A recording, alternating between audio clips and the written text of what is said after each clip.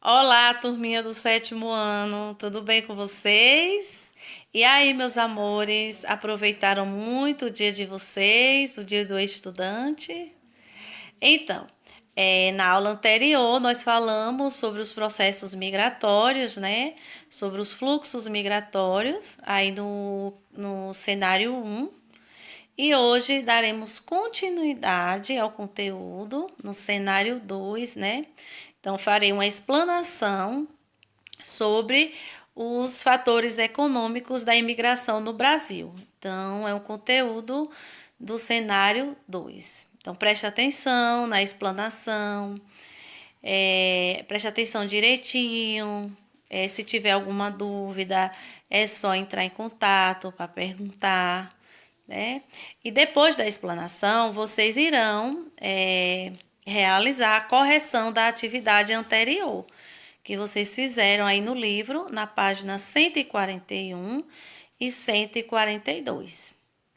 Então, primeiro a explanação do cenário 2, depois farei a correção da atividade anterior do cenário 1, página 141 e 142, e depois vocês irão realizar a atividade referente ao cenário 2, que é aí na página 153 a 157.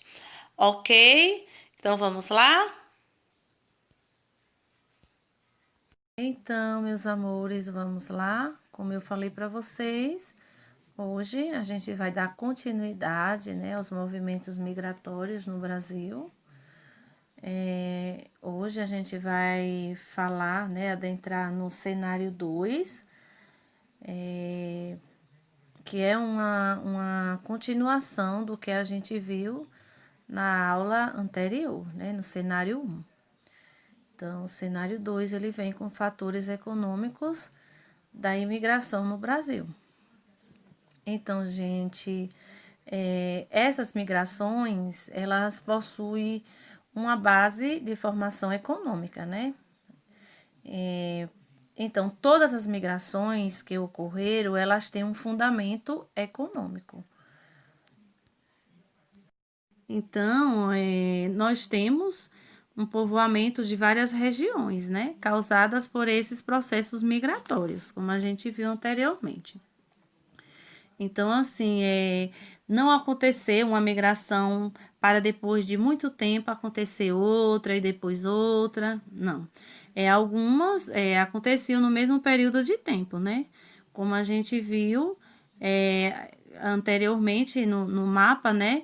Umas saíam do Nordeste para o Sul, outras do Nordeste para o Norte. Então, no mesmo período de tempo. E nós temos fluxos produtivos muito importantes, né, na nossa história. Ou seja, o primeiro grande fluxo produtivo e econômico foi o quê? Foi o fluxo da cana-de-açúcar, né, como a gente já viu. E esse foi o primeiro e principal, né? O fluxo da cana-de-açúcar foi o principal. Então, logo depois, nós temos também o fluxo da mineração, né? Que foi seguido do fluxo do café. E depois o fluxo da borracha, o fluxo da industrialização. Lembrando que um fluxo não precisa terminar para que o outro se inicie. Ou seja, foram acontecendo, né? Então, e sobre a desigualdade social e trabalho, quando a gente fala do fator renda, então vale lembrar que é um dos mais importantes, né, para o desenvolvimento humano. Ou seja, está diretamente ligado às condições de quê? De educação, de saúde, porque a população é mais produtiva quando tem acesso a esses serviços, não é isso? Quando tem acesso à saúde, a uma boa educação. Então, quanto maior os níveis educacionais, né, e de saúde de uma população, maior será a sua renda, não é isso? Então, e não podemos esquecer que a escravidão e o extermínio dos povos indígenas, aqui no Brasil principalmente, são um dos fatores mais importantes para que a gente possa compreender essa desigualdade, né? Como também essa questão da discriminação social. Então, e quando a gente fala em migração, assim, é, dois tipos de migração, né, que vale a gente ressaltar, que é a migração espontânea, né, como a gente viu na aula anterior, inclusive vocês pesquisaram sobre os tipos de migração. Então, na migração espontânea, é, é o quê? É uma busca, né, de melhores condições de vida. Então, a pessoa sai do seu lugar para outro em busca de melhores condições de vida. Então, ela sai porque ela deseja, né, ela quer melhorar a vida. Então, ela quer ir em busca de emprego, de renda, não é isso? Então, já no caso da migração forçada, quais são os motivos que levam as pessoas a fazer esse tipo de migração forçada? Então, são o quê? São motivos de guerra, né? Perseguições religiosas, perseguições políticas. Então, essas pessoas, elas se verem obrigadas a sair, mesmo que de forma ilegal, né? Elas são obrigadas a sair do seu país de origem para tentar mudar de vida, né? Para morar em outro lugar por conta dessas perseguições. Então, nesse caso, a migração ela é o quê? Forçada.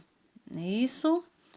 Então, e as migrações elas obedecem aos fluxos produtivos, né?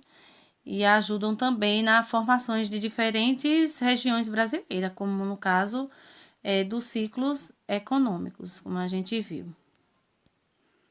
Então, e principalmente, né, nas décadas de 70 e 90, houve muito fluxo dos nordestinos, né, principalmente para São Paulo, né, onde eles foram trabalhar nas construções civil e em várias atividades do setor terciário.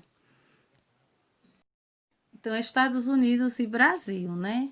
Então, quando a gente fala da diferença entre o Brasil e os Estados Unidos em relação à terra e à renda, né?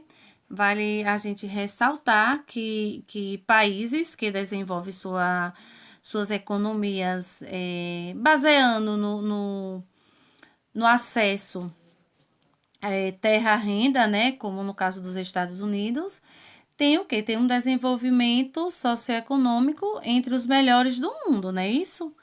Então, no caso do Brasil, a maior parte da população não teve acesso à terra, né? E nenhum contraste também com as elites enriquecidas. Então, o que foi que aconteceu? Cresceu e povoou o território numa situação assim de dependência, né? De pobreza, não é isso? Então, quando a gente fala de imigração, a gente não pode, quando a gente fala dos processos migratórios, a gente não pode deixar de falar, né, sobre a ditadura militar. Então, que foi um momento histórico, né, na história do Brasil, onde vários intelectuais jovens, eles foram expulsos, né, ou seja, deixaram o seu país, né. Então, de uma certa forma, houve o que? Um pequeno movimento de imigração. Então, esse período foi marcado, né, pelo momento histórico, foi a ditadura militar. Então, e as causas dessa imigração foi a repressão política, né, e social, no caso também a negação aos direitos fundamentais dos cidadãos brasileiros. Então, sempre, principalmente esses jovens estavam lutando por esses direitos, não é isso? Então, foi uma das causas, né, dessa imigração, que foi aí nesse período de 1964 a 1985. Então, sétimo ano, vamos lá para mais uma correção. Então, na aula anterior, vocês realizaram uma atividade no caderno, né, sobre os movimentos migratórios, sobre os tipos de migração. E a gente revisou o conteúdo e vocês realizaram a atividade na página 142 e 143. Então, vamos lá para a correção. Então, primeiro, descreva de forma geral as causas que provocavam as migrações internas no Brasil antes do início do século XX. Então, gente, sugestões de resposta. Então, durante todo esse período, as migrações do Brasil estavam condicionadas aos ciclos econômicos, né? Então, até hoje, está mais direcionada também a essa questão econômica. Segundo, cite os principais motivos que transformaram a região Nordeste na principal área de repulsão interna no Brasil. Então, quais são sugestões de respostas? Problemas naturais gerados pela seca, principalmente aqui na nossa região. Quem aí de vocês não tem um parente que há muito tempo atrás foi obrigada a migrar, e principalmente para a região sudeste em busca de trabalho, né, em busca de melhores condições de vida? Porque, como vocês sabem, a nossa região, né, o semiárido, então é uma região com escassez de chuva, né, e principalmente as pessoas que moram no campo, né, na área rural, precisa precisa o quê? Sobrevive de plantações, né? Isso da roça. Então, muitas pessoas, por conta da seca, elas migraram para outras regiões, principalmente para a região sudeste. Então, a falta também de investimento econômico, que reflete na saúde e na educação. Gente, agora observe aí no terceiro, né, a sarja abaixo. Então, observe, né, na primeira imagem, vocês verem aí enxadas paradas. Na segunda imagem, vocês observam aí inchadas paradas. Então, observe aí a diferença, né, enxadas e inchadas. Então, através dessa imagem, indica as causas do êxodo rural no Brasil. Então, vocês sabem, eu já falei para vocês na aula anterior, que o êxodo rural é o quê? É a saída do campo, né, para a cidade, da área rural para a cidade, para a urbana, né? Então, sugestões de resposta. A grande concentração de terras por parte de latifundiários e a mecanização motivam a saída do homem do campo para a cidade. Então, a gente viu também na aula anterior, que teve como consequência o inchaço urbano e a formação de habitações irregulares como favelas. Ou seja, por conta dessa migração, né, o êxodo rural, ou seja, do campo para a cidade, acaba acontecendo o quê? Esse inchaço, como aí está explicando, né, o inchaço urbano. Então, muitas pessoas, né, aglomerações de pessoas e que não tem espaço suficiente. Então, as pessoas acabam construindo casas em lugares inadequados, né, em favelas, em lugares inadequados, e acabam também ficando desempregado por conta da demanda, né, que é grande, e aí acontece esse inchaço urbano, né, ou seja, inchaço populacional. Então, vamos ver aí o quarto. Aproximadamente 300 mil brasileiros vivem fora do país, produzindo em terras estrangeiras. São agricultores que saíram para trabalhar além da fronteira, provocando tensão geopolítica entre o Brasil e o país vizinho. O país vizinho referido e os estados brasileiros que se limitam com esse país são. Então, gente, são o quê? Paraguai, Paraná e Mato Grosso do Sul. Então, marca a letra D. Questão aí, o quinto, né? Observe o mapa abaixo. Então, como eu já falei, na aula anterior a gente viu, né, essas setinhas aí indicando os fluxos migratórios, né, de uma região para outra. Então, não só aconteceu principalmente, ou acontece principalmente do Nordeste para outras regiões, acontece também do Sudeste para o Sul, para a região Norte, entre outras. Então, identifica o período histórico e qual o principal motivo de atração para os migrantes. Então, o período é o quê? Década de 70 e 90, né?